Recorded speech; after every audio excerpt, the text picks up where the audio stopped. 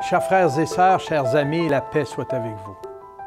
Je vous ai parlé de mon désir de voir naître et pousser partout dans notre diocèse des maisonnées, c'est-à-dire des petits groupes de 6 à 10 personnes, selon ce que la santé publique le permet en ce moment, où l'on partage la parole de Dieu, la prière, la fraternité, des petites cellules vivantes où l'on se forme à être des disciples missionnaires. Imaginez la force vive dans notre diocèse si on se mettait ensemble à écouter la parole de Dieu et spécialement l'Évangile de Jésus-Christ.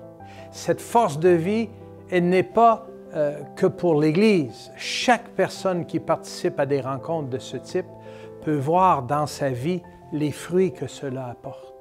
Ce sont des lieux de croissance et de fraternité qui goûtent bon, qui permettent des échanges en profondeur et le partage d'une joie qui jaillit de l'écoute ensemble de la parole de Dieu. Ces maisonnées sont également une bénédiction pour nos communautés chrétiennes, nos paroisses. Ces petits groupes parsemés ici et là dans la communauté sont des cellules vivantes qui forment le corps d'une véritable communauté de baptisés qui deviendront des témoins au cœur du monde de la joie de l'Évangile. Vous savez, des expériences semblables se vivent déjà chez nous, dans notre diocèse et depuis longtemps. Déjà, nous comptons beaucoup de petites équipes de partage de la parole. Chers amis, nous ne pouvons pas vivre notre foi seuls. Nous avons besoin les uns des autres. Nous sommes faits pour vivre en famille, en communauté. Les maisonnées sont ces petites cellules qui peuvent nous permettre de grandir dans notre foi et nous aider mutuellement à avancer dans la confiance. Ce que j'aime dans les rencontres de maisonnées, c'est la rencontre avec d'autres personnes. Je suis contente de partager avec des personnes de divers horizons autour de la parole de Dieu, de communier avec le Seigneur, de voir ma relation grandir avec les autres. Le Seigneur parle à travers des personnes et moi, ça vient me chercher, ça me touche. Ce que ça m'apporte dans ma foi, les maisonnées, ça a transformé ma foi. J'avais une foi simple, sincère, pure, mais là, ça m'a obligée à ouvrir ma maison. Mais quand on ouvre sa maison, ça ouvre le cœur aussi. Durant les partages, par exemple, de la parole de Dieu, une personne peut parler de ce que le Seigneur a gravé dans son cœur. Puis moi, je retiens cela et ça m'aide tout au long de la journée. Je médite là-dessus. Chaque fois que je comprends, j'entends les personnes partager la parole de Dieu. Et moi, ça m'aide dans ma foi à grandir. Ça me rapproche de Jésus-Christ et de mon Église dans le sens que je fais Église avec les gens que j'accueille dans la maison. On se met à l'école de Jésus. On écoute qu'est-ce qu'il veut nous dire ensemble. Le petit plus que l'expérience de maisonnée m'apporte dans la vie, dans ma vie particulièrement, c'est la connexion avec l'autre. Le fait de pouvoir parler avec l'autre, le fait que je puisse m'exprimer sans être jugée. C'est comme si je voyais Jésus avec mes compagnes, mes compagnons.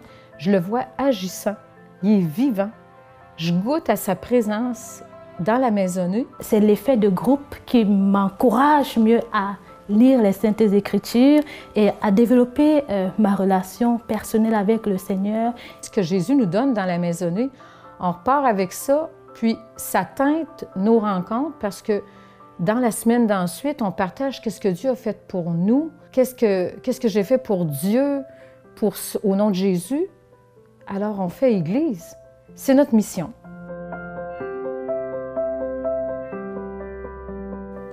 Vous l'avez constaté en les écoutant, c'est le cœur plein d'enthousiasme que ces témoins, ces personnes nous parlent de ce qu'a produit dans leur vie le fait d'être réunis autour de la parole de Dieu, d'échanger ensemble et de découvrir des moyens pour mieux suivre Jésus dans leur vie de tous les jours. Dès le 26 septembre, des outils seront disponibles sur le site Internet de notre diocèse.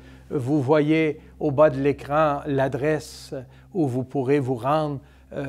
Et ces instruments, ces outils sont là pour vous guider dans l'animation et l'organisation de votre maisonnée. Tout y sera pour vous faciliter la tâche. N'ayez crainte, ce n'est pas compliqué. Dès maintenant, commencez à recruter les membres de votre équipe. Une bonne idée est de trouver des personnes qui vivent un peu la même réalité que vous. Je me souviens que dans l'équipe de partage d'Évangile à laquelle mes parents participaient, il y avait, comme mon père, plusieurs ouvriers de la construction et des mères de famille. Ils partageaient l'Évangile, mais aussi les défis de leur vie. Allez, faites le pas, ne tardez pas pour découvrir la beauté d'une maisonnée, d'un petit groupe maison de partage et de vie. Vous verrez, en peu de temps, vous allez non seulement découvrir davantage l'Évangile de Jésus-Christ, mais aussi découvrir des frères et des sœurs avec lesquels faire un bout de chemin. Lorsque nous lisons dans les Actes des Apôtres, nous voyons comment les communautés chrétiennes sont nées et se sont développées d'abord par des petits groupes dans lesquels des baptisés, des nouveaux venus ont pu grandir, se soutenir et devenir des disciples missionnaires. Je rêve, et je crois que cela est possible aujourd'hui chez nous. Nous rassembler en petits groupes, en maisonnées, je suis convaincu que c'est un chemin de renouveau pour nos communautés chrétiennes et pour notre Église. Engageons-nous sur cette voie, elle est porteuse de vie et d'avenir.